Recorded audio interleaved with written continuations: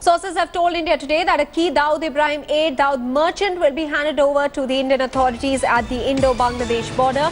Bangladesh jail authorities released India's top terrorist, Dawood Ibrahim's close collaborator, Abdur Rauf Daud Merchant. Dawood Merchant was convicted for killing Indian music baron Gulshan Kumar.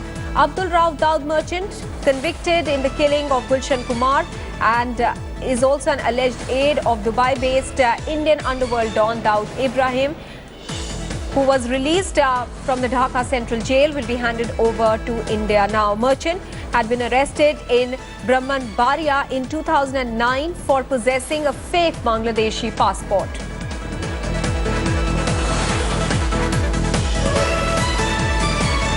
Sahil Joshi is now joining us with more details from Mumbai. Kamaljeet Kaur Sandhu with the very latest from Delhi. Let me first go across to Kamal to understand just when is this handing over likely, Kamal?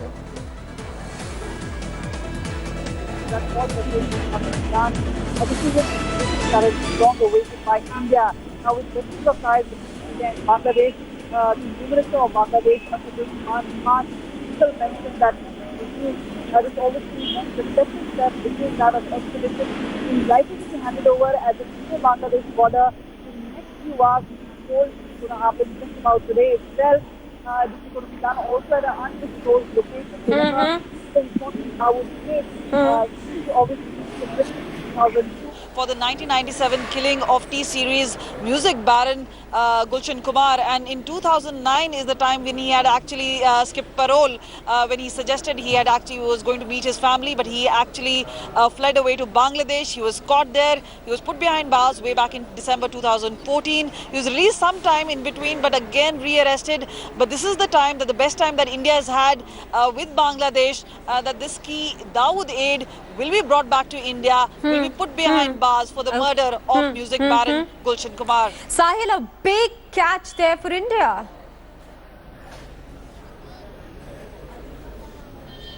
Absolutely. In fact, he is the sole member of the Abu Salem gang, because Abu Salem had the responsibility of looking after the film business of the Dawood gang at that particular time. And Gulshan Kumar murder was the case when Abu Salem split with the Dawood gang. He split with the Chota Shakil and formed his own gang at that particular time. Now, the important part is that the Mumbai police, despite many efforts, could not get conviction for the other accused. He is the sole accused in this particular case who was involved directly in the shooting of Gulshan Kumar, killing Gulshan Kumar from point blank range at that particular time. So he was the one who was actually convicted in this particular case. Rest of the people were acquitted. The music director Nadeem, they could not get his custody because Nadeem fled from India at that particular time. So he's the only man who was convicted, and he jumped the parole, and finally they couldn't get him. It was also said that that when he fled India, that time he crossed over to Bangladesh through Nepal, and that time the Bablu Srivastav gang actually helped him, because one of the Bablu Srivastav gang member, Vikram Wahi, was also part of this Gulshan Kumar murder. So right now against him, this particular case in which he is already convicted. So it's kind of a big catch for the Mumbai police and for the Indian authorities, and they will come to know that what exactly is how the Dawood gang is functioning, Chota Shakil gang is functioning in Bangladesh, and who helped him to flee from India, and what exactly are the current activities of this particular gang. Kamal, you know, as far as Dawood Ibrahim and the case against him go, what are the security and the intelligence agencies saying? Will this catch help them create a watertight case against Dawood Ibrahim? Because India has been pushing Pakistan to help in his coming back to India so that he can be tried for the various cases against him, but that hasn't happened. Well, there are numerous cases against Dawood Ibrahim, and remember, some of his aides have been caught earlier also. But he's a man who's been convicted in India. He's been behind bar in India for a number of years, considering that he was here from 2002 to 2009, and since in 2014 onwards, he's been in Bangladeshi jail. So he may not have a connection, but yes, he would know about Dawood's active network in Bangladesh, as Sahil was mentioning. He would know about a certain whereabouts. He would know about the sleeper cells available within the Mumbai Maharashtra link, who actually helped him escape to Nepal and then to Bangladesh. So all these will be part of the interrogation.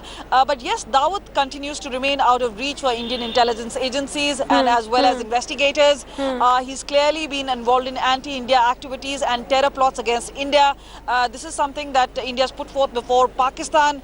But remember, he would be able to provide a lot about activities of Dawood and provide for evidence, but there's enough sufficient evidence against Dawood Ibrahim already available with the security agencies. Sahil, you know, from what we understand at the moment is that Dawood Merchant fled while he was on parole. Now, ever since then, how have the agencies been trying to look for him? Can you take us through the efforts that have been made?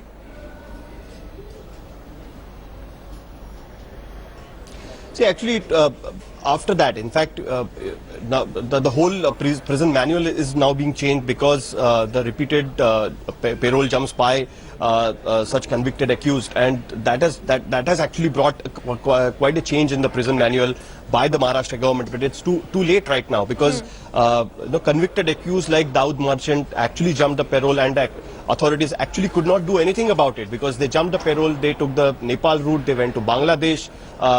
Probably he wanted to even go from Bangladesh to, because that was the route they used to follow to go to Pakistan. Many of the Dawood gang members fled to Nepal, and from Nepal they went to Pakistan. So actually he might be wanting to take that particular route, but he could not take that route, and that's why he was stuck in Bangladesh. But at the same time, it is very important to know, as I was mentioning before, you know, he's not a very close aide of Dawood Ibrahim because he was working for Abu Salim at that particular time. Yes. And as I mentioned before, the film industry was being looked after by Abu Salim, and Abu Salim used his people to threaten the film personalities, extract money from them, and that was the root cause happened between Abu Salim and Chota Shakil when they split, and Abu Salim formed his own gang.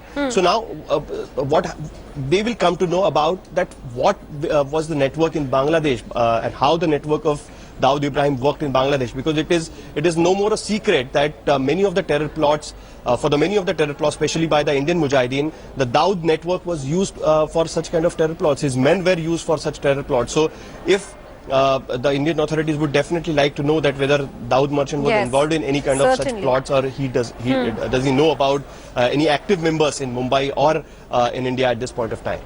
Kamal, also take us through the diplomatic efforts that have been made over the past many years. As you're mentioning that he was, he was found with a fake Bangladeshi passport in 2009 in that country. Since then, what are the efforts that have gone in to get him back to India? Well, India has been pushing for an extradition from Bangladesh for a long time, but remember, he was tried. There was also a case of Anup Chetia, so there has been a cooperation which has been coming in from Bangladesh. This is something that both India and Bangladesh would have set aside a particular date. And remember, even as we speak, there is a oil preparation which has been done at the Indo Bangladesh border for handing over the convict. He would be taken away, and obviously in complete secrecy to ensure, remember, he still may have connection, and that is why there is an apprehension within security apparatus that this could be utilized. But remember, with all this said, this is obviously a big shot in the arm as far as Indian investigators, and even a diplomatic victory in a sense for India, because they've been trying even during the UPA regime, they've been trying it now, and they've finally succeeded. Asaduzzaman Khan, to whom I spoke to just a month ago, had said that no one involved in terror activities will be allowed in Bangladeshi soil. So he's actually stuck to his promise, and this man is being handed over. So yes, he would be tried for fresh charges. One is obviously jumping the parole. Yes. This is also about getting in touch with the network of Dawood and the other aides who would actually help him through the escape route. So more other people would be named. But yes, he would be firmly put behind bars as he serves a life-term sentence for being convicted in the Gulshan Kumar T-series Baron case. Sahil, I want to understand from you that apart from the Gulshan Kumar case where he was convicted, and you said he's the only person convicted in that case, were there any other charges against Dawood Merchant when he fled? See, it will be difficult to point out any other charges because Gulshan Kumar murder case happened in 1997, and after that he was arrested and the Abu Salim gang was cracked down by the Mumbai police at that particular time. But yes, definitely there are some other cases of extortion against him, because as I mentioned that he was part of the Abu Salim gang within the Dawood gang, within the D company, and they were looking after the film business. That means they were looking after the business in which Abu Salim was involved in threatening the film personalities, extracting money from them, and the whole extortion racket which was at the boom at that particular time in the Mumbai film industry. So there are some other cases also against him, but this was the major case in which he was directly involved in the murder and he was convicted. So it will be interesting to see if there are any other cases which comes up, because as I mentioned, he was the only one who was for whom the Mumbai police could get conviction for, and there are very small cases against him, but it hardly matters because this particular case is the big case in which he was convicted. Sahil Joshi and Kamaljeet Kaur Sandhu, many thanks for joining us with all those details.